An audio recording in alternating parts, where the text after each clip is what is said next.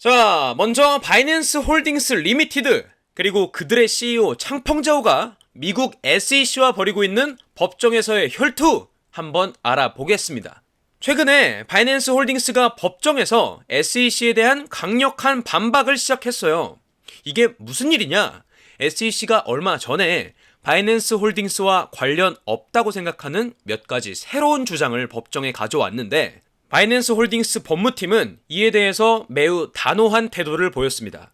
그들은 SEC가 이런 새로운 정보와 주장을 가지고 오는 게 이번 소송에 부적절하다 강하게 비판하고 있는 입장이죠.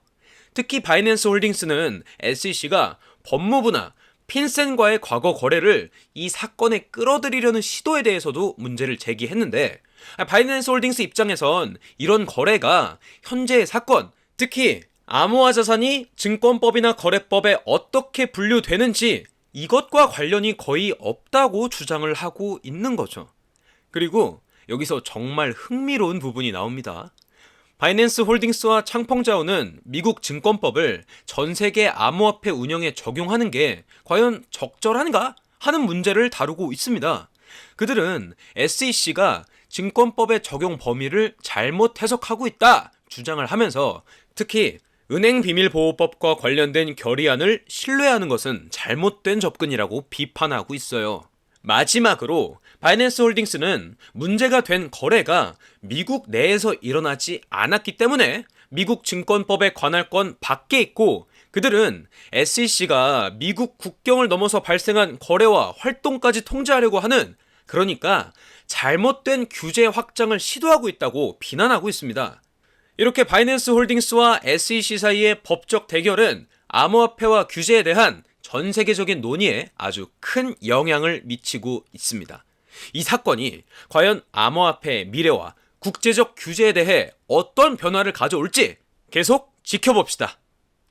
미국의 재무장관 제닛 옐런이 최근에 중요한 발언을 했는데, 옐런 장관은 미국 경제가 이른바 연착륙, 즉 심각한 경기 침체 없이 인플레이션을 잘 관리하고 있다고 평가했어요. 옐런 장관에 따르면 인플레이션이 둔화되고 있고 이 과정이 특별히 어렵진 않을 것으로 보인다고 해요. 이건 미국 경제에 꽤 긍정적인 소식으로 보입니다. 또한 미국인들 대부분이 인플레이션이 계속될 거라고 예상하지 않는다는 점, 이것도 중요하죠. 이런 인식이 인플레이션을 더 잘 관리하는데 도움이 된다고 해요. 근데 여기서 재밌는 점은 미국인들이 느끼는 실제 체감 경기와 이런 평가가 조금 다릅니다. 최근 설문조사에 따르면 미국 성인의 대다수가 미국 경제가 지금 침체기에 있다고 느끼고 있다고 해요. 이런 인식 차이가 좀 주목할 만하죠. 옐런 장관은 이런 상황을 코로나 팬데믹 스트레스와 연결 짓고 인플레이션이 둔화되고 있긴 하지만 여전히 물가가 오르고 있다는 점, 이것도 이유 중에 하나로 들었죠. 마지막으로 중요한 건 연준이 곧 금리를 결정할 거란 거예요. 이번 결정이 경제 전반에 어떤 영향을 미치게 될지 꽤 기대가 되는 상황입니다. 자, 그리고 일본의 대형 금융 서비스 회사인 SBI 홀딩스와 사우디아라비아의 국영 석유 회사 아람코가 흥미로운 협력을 모색하고 있다는 소식 전해드리려고 해요. 먼저 SBI 홀딩스와 아람코가 디지털 자산 투자와 반도체 생산 분야에서 협력하는 방안을 고려하고 있다는 건데요. 최근에 양사가 양해각서에 서명했다고 해요. 이 양해각서에는 사우디 리야드에 SBI 중동을 설립하겠다는 계획도 담겨 있으며 이건 사우디아라비아에서 SBI의 사업을 확장하기 위한 첫 번째 걸음이라고 볼 수가 있겠죠. 이 협력의 핵심은 디지털 자산 투자에 공동으로 참여하고 일본의 디지털 자산 스타트업들이 사우디아라비아 시장으로 확장하는 것을 돕는 거고, 더불어서 양국에서 반도체 생산 프로젝트도 시작할 계획이라고 합니다.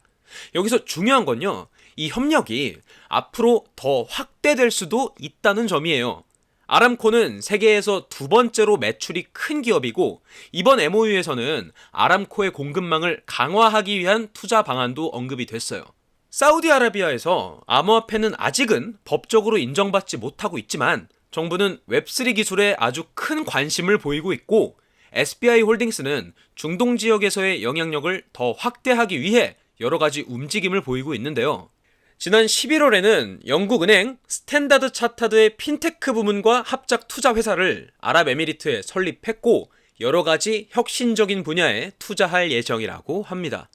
그리고 또 하나 흥미로운 점은 SBI 홀딩스가 리플의 가장 큰 외부 주주라는 겁니다.